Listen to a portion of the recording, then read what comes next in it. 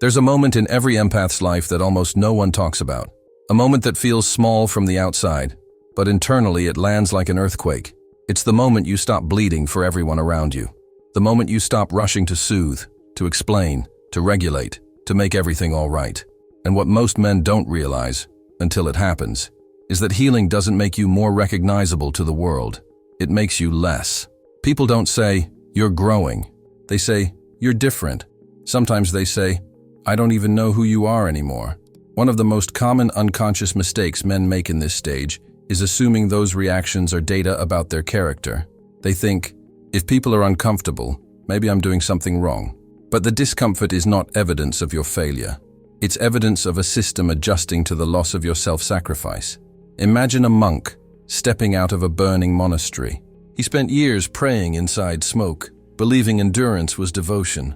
But the day he walks out, calm, quiet, no longer coughing on everyone's expectations, the people still inside no longer know what to do with him. They weren't trying to save him from the fire. They had gotten used to borrowing his peace while he stood in the flames. Many empaths live that way for decades. The burning monastery is the family system, the relationship, the workplace, the friend group. The fire is the constant emotional volatility you learn to normalize. And without realizing it, you became the one who stayed close enough to the heat so others wouldn't have to feel it. When you finally leave, when you breathe clean air for the first time, the change is so quiet that even you may not recognize its magnitude. Your shoulders drop, your breath deepens, your body moves at a different rhythm. But for those who depended on your sensitivity, this is not a gentle shift. It's a disruption, a loss of access, a destabilizing change in the emotional ecosystem. The stakes are higher than they appear. You're not just adjusting how much you give. You're risking the loss of identity, the identity built around being the one who knows, who feels, who absorbs. You're disrupting the relational predictability that kept certain people comfortable. You're shaking old power structures that relied on your inability to say no. And underneath all of this lives one shadow pattern most empaths never name. A compulsive attunement that formed long before adulthood. A quiet fear that if you don't read everyone's emotional weather, you'll be abandoned. Many men carry this without realizing it. They mistake it for generosity, when it's actually vigilance wearing empathy as a mask. It's a survival strategy that grew elegant and refined over the years, but its roots are tender and old. So when you begin healing, truly healing, you don't just release old pain. You release the identity that pain created, and that's why people say, "You've disappeared." They were relating to the version of you that was willing to blend into their needs. But here, in this beginning, something else is forming. A quiet strength. A different kind of empathy. One that does not require your self-erasure. And later in this video, at the midpoint, we'll uncover the specific psychological reversal that makes healed empaths unrecognizable even to themselves. The moment when sensitivity stops serving fear and starts serving sovereignty. For now, allow this opening question to settle in your body. If the world no longer recognized you the moment you stopped bleeding for it, who is the man that remains? There comes a moment in healing when your nervous system makes a choice your mind has been afraid to make for years. It stops apologizing for existing. It stops scanning the room for micro signs of tension. It stops bending itself into whatever shape will keep the peace. And what most men don't realize is that this shift begins quietly, long before boundaries are spoken aloud. The body always crosses the threshold before the personality catches up. For many empaths, especially those shaped by chaotic or unpredictable childhoods, early life creates what could be called the hyper-attunement loop. You didn't choose to be hyper-aware. You adapted to survive.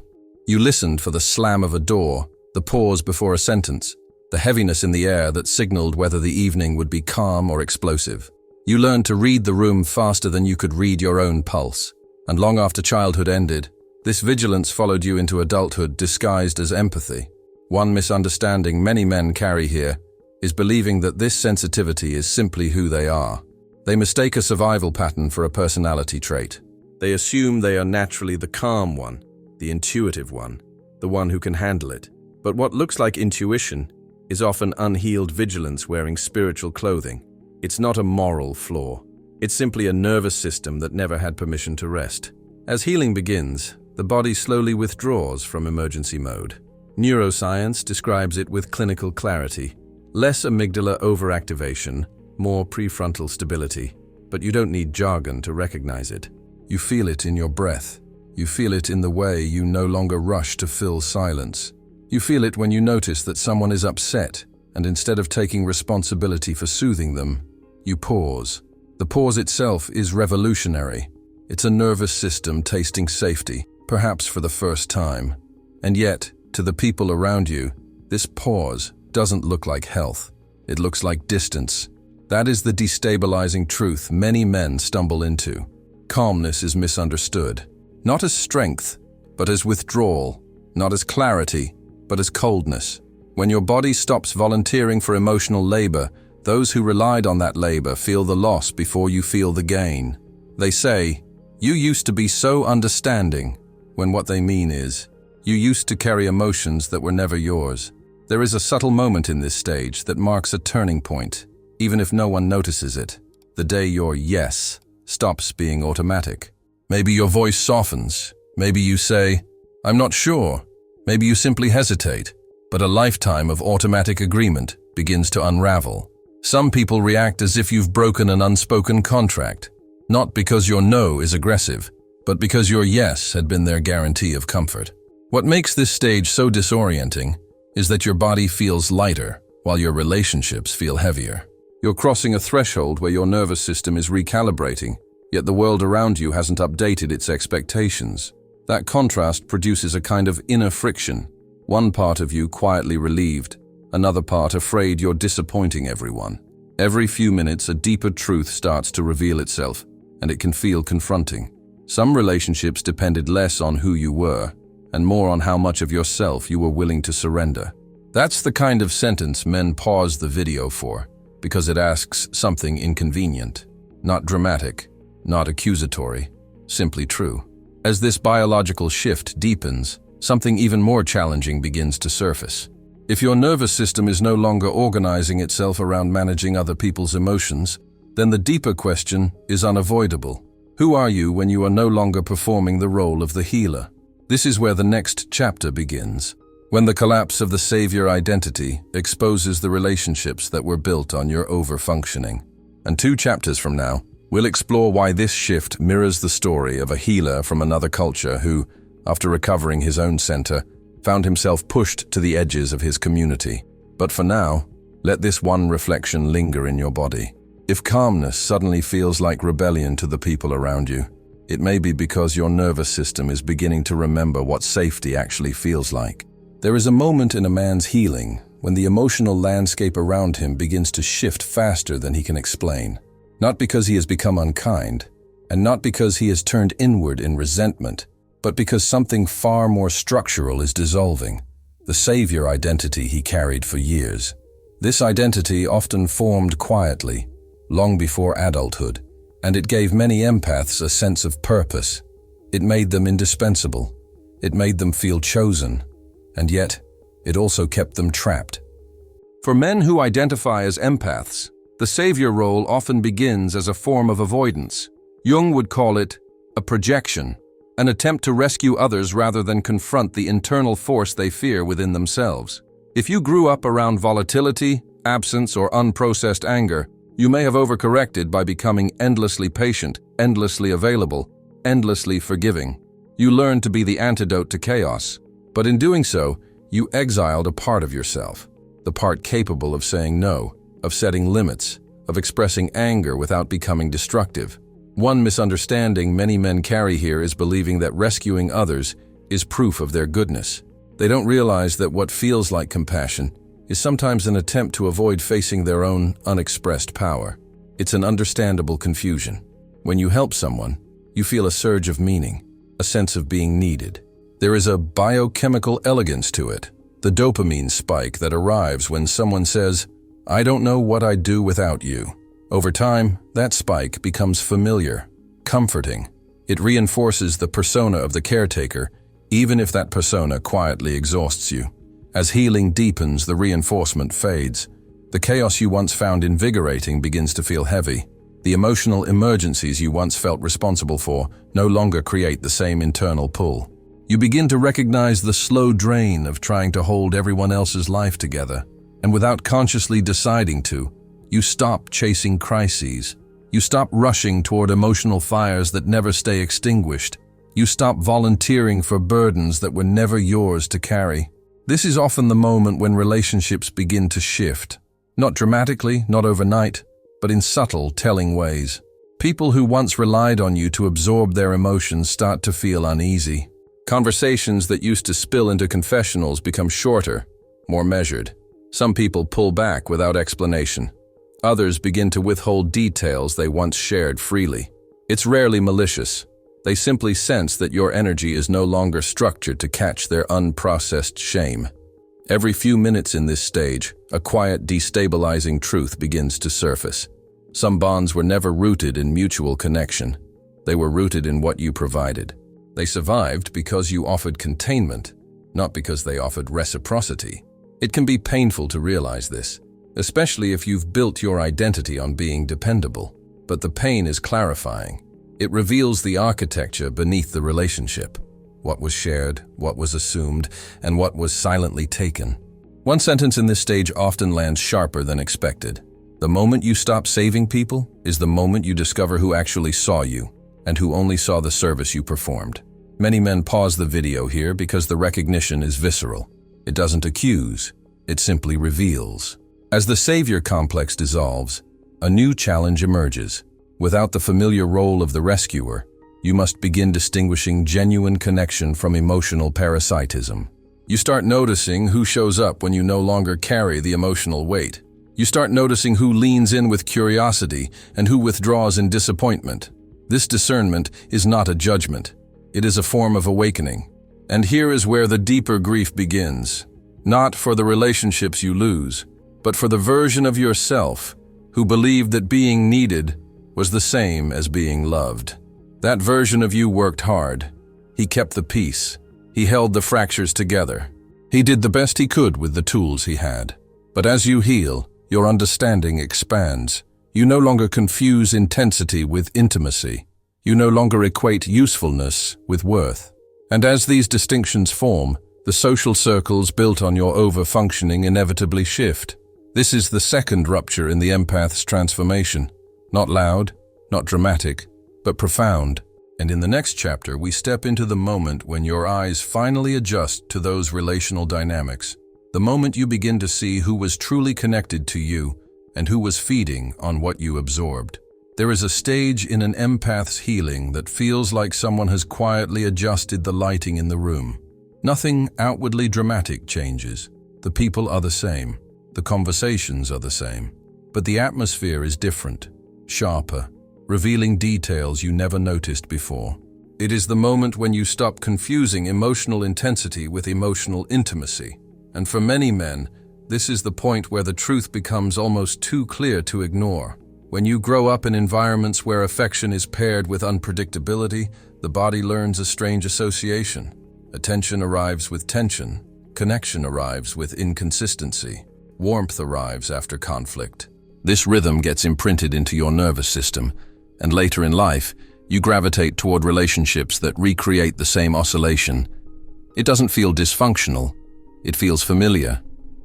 The emotional spikes and crashes carry a certain electricity that your younger self once interpreted as love. One misunderstanding that often follows empaths into adulthood is this: believing that the relationships that feel the strongest must be the most meaningful. But strength of feeling is not the same as depth of connection. Often, the intensity comes from reenacting old wounds rather than receiving genuine intimacy. It is an illusion created by a nervous system that was trained to recognize danger as closeness. As healing deepens, this illusion begins to unravel. You start to ask different questions without even meaning to. Instead of asking, "Do they need me?" your body starts whispering the harder question, "Am I safe with them?" Psychologists describe this shift as a form of cognitive substitution reversing itself. For years, the easier question dominated. Feeling needed was the shortcut your mind took to avoid facing whether a relationship actually offered safety. But when the substitution fades, clarity enters.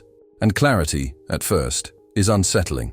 This clarity brings a confronting insight. Some people were never connected to you. They were connected to what you absorbed.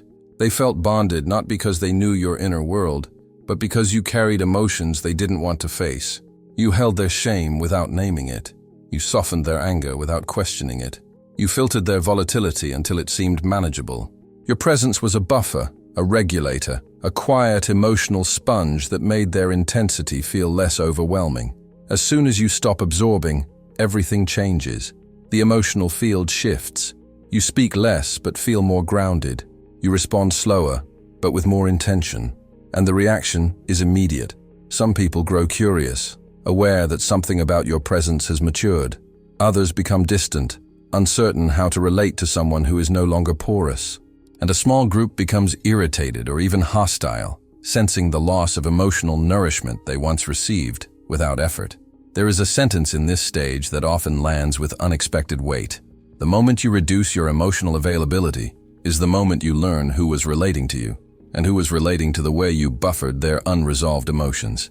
It's not a judgment, it's a revelation, a quiet, sobering one. This clarity is not meant to create suspicion. Instead, it creates differentiation. You begin noticing the difference between people who approach you with reciprocity and those who approach you with hunger, the difference between someone who values your presence and someone who values your function, the difference between intimacy and intensity.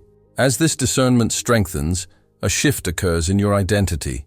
You stop defining yourself by how much you can tolerate, absorb, or endure.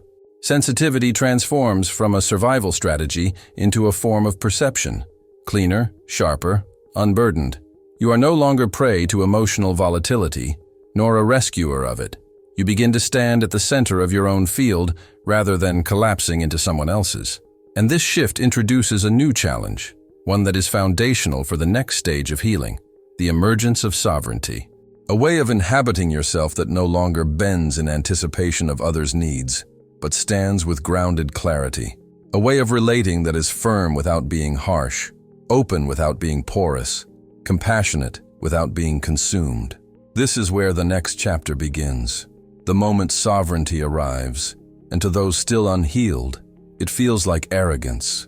There is a moment in a man's healing that feels less like a transformation and more like a border crossing, a threshold into a different internal country, where the rules are not written by fear, obligation, or the need to be indispensable. This moment arrives quietly, but its impact radiates through every relationship in his life. It is the moment he chooses himself without apologizing for it. And to those who depended on his self-abandonment, that choice feels like arrogance. For many men, this shift begins in the shadow of a wound they rarely name, the father wound. Whether the father was distant, inconsistent, volatile, or simply absent in spirit, the boy often grows into a man who compensates. He becomes excessively gentle, excessively available, excessively responsible. He vows, silently, to be the antidote to everything he once feared. But in the process, he learns to treat self-prioritization as betrayal. He becomes loyal to everyone except himself. One misunderstanding that lives in this space is subtle but powerful, believing that choosing yourself automatically harms someone else. This belief keeps men overgiving long after they're depleted. It keeps them emotionally exposed, relationally compliant, and chronically forgiving. And when healing begins, this belief is the first to crack. The crack doesn't feel triumphant. It feels disorienting, like a familiar architecture has shifted without warning. As sovereignty emerges, something else becomes visible. Nietzsche once wrote about the will to power, but in a psychological sense, the more accurate idea here is the will to form. The inner capacity to shape your life from the inside out, rather than allowing circumstances, family patterns, or other people's needs to sculpt you. This isn't dominance. It isn't rebellion. It's the quiet art of organizing your inner world so that your choices come from clarity rather than obligation. In this stage, empathy doesn't disappear. It rearranges itself. Kindness becomes more discerning. Generosity becomes more deliberate.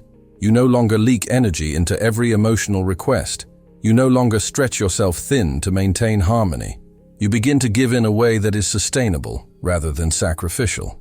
This shift does not make you harder. It makes you more coherent. And coherence has a particular signature. Your sentences grow shorter, not abrupt, but precise. You explain yourself less because your boundaries are no longer negotiable. Your tone becomes steady, not defensive. You stop offering emotional access the moment someone demands it. You begin to exist at your own cadence instead of pacing yourself to match someone else's urgency. People who once depended on your over-availability may misinterpret this. They feel the loss of your constant reassurance. They feel the absence of your emotional cushioning. To them, your newfound steadiness may appear rigid. Your clarity may appear distant. Your boundaries may look like walls. And so they reach for familiar language. You've changed, or you're acting different, or the accusation that lands hardest, you're becoming narcissistic. Here is a sentence that often stops men in their tracks. The moment you stop abandoning yourself, someone in your life will accuse you of abandoning them. Not because you did, but because your absence from their emotional script feels like an offense. It is not an attack on your character. It is evidence that the old relational dynamic is dissolving. This is the midpoint of the empath's transformation, the place where sovereignty and sensitivity begin to coexist rather than compete, where you no longer confuse over-functioning with love, where your worth is measured not by how much you absorb, but by how deeply you inhabit your own center. And this shift leads directly to the next stage, where something profound occurs. When you no longer cushion other people's emotions, you stop functioning as a sponge and begin functioning as a mirror. And mirrors, unlike sponges, reveal what others would prefer not to see. In the next chapter, we step into that reflection. There is a stage in the empath's evolution where the entire texture of your presence changes. You stop functioning as a buffer that softens everyone's rough edges, and instead, you become something far more disruptive and far more honest, a mirror. It is not an intentional shift. It is the natural consequence of a nervous system that is no longer overextended, a psyche no longer compensating, and a heart no longer leaking its energy to maintain harmony. When you stop cushioning other people's emotions, they encounter themselves more directly. This often surprises men who reach this stage, because they assume that becoming calmer and more grounded will make their relationships easier. But grounding has a paradoxical effect. The steadier you become, the more unsteady some people feel around you. Not because you're doing anything confrontational, but because your regulated presence no longer absorbs their projections. It no longer diffuses their tension or disguises their contradictions. Without realizing it, you stop participating in the subtle dance that kept other people comfortable. This shift is linked to something Jung described. When the self begins to stabilize, persona-based relationships destabilize.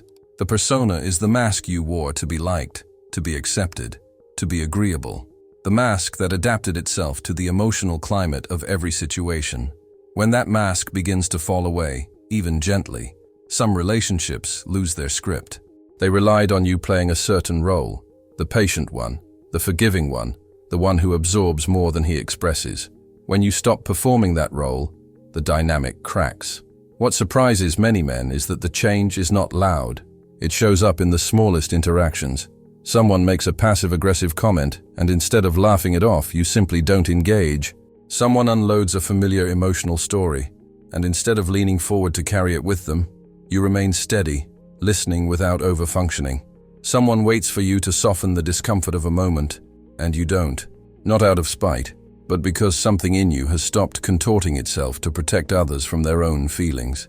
Your silence gains weight, and weight, in this context, is not heaviness, but clarity.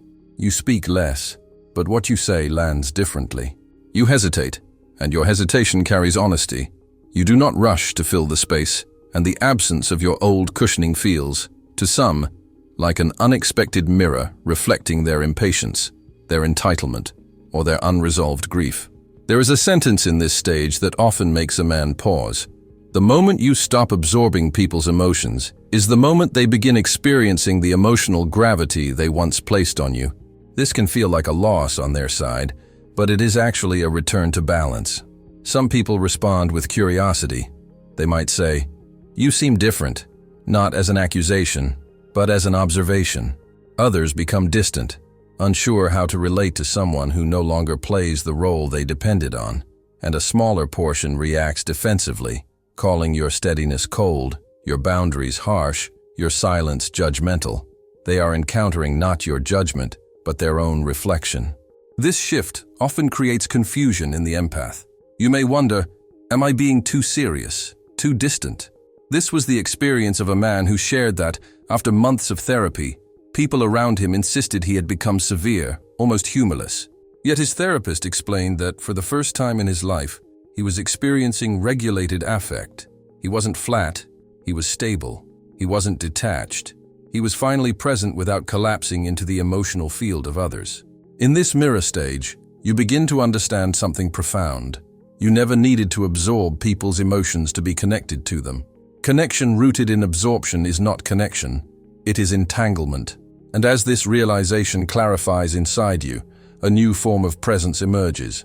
You become observant without over-identifying, compassionate without merging, open without dissolving. This is the threshold before the final metamorphosis.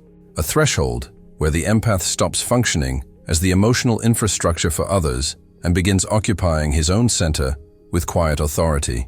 A threshold where sensitivity is no longer a burden and sovereignty no longer feels like rebellion.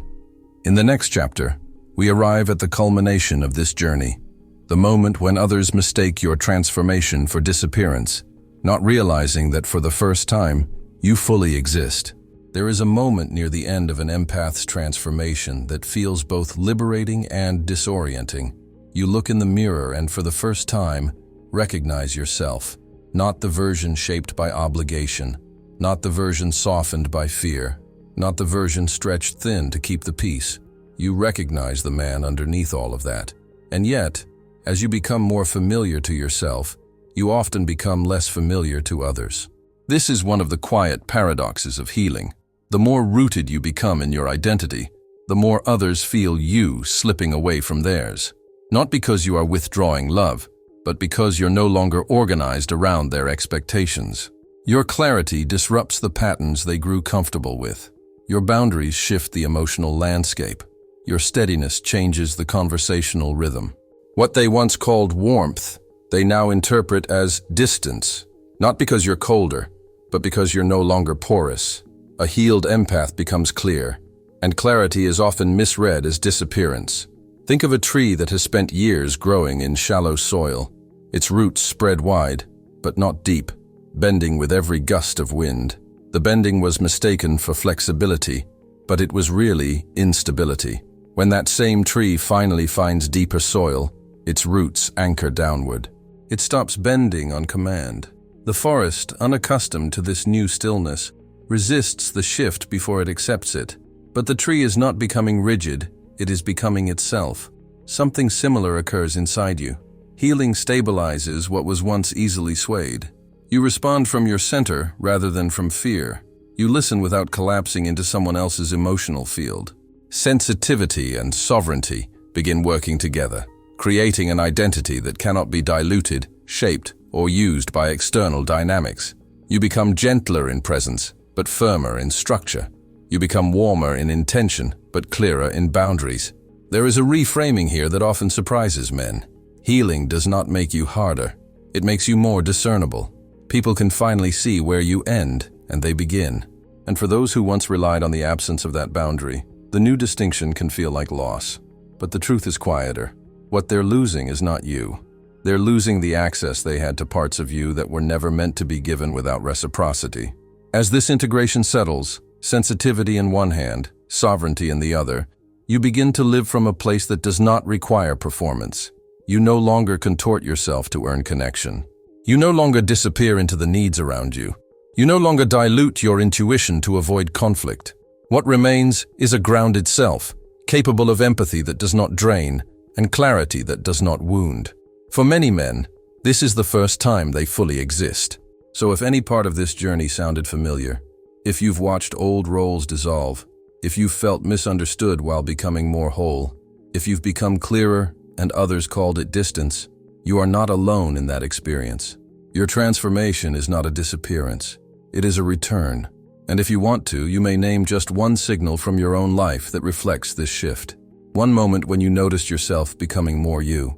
Someone else who is watching this, feeling themselves slipping out of old identities, may need to know they are not the only one disappearing in order to reappear.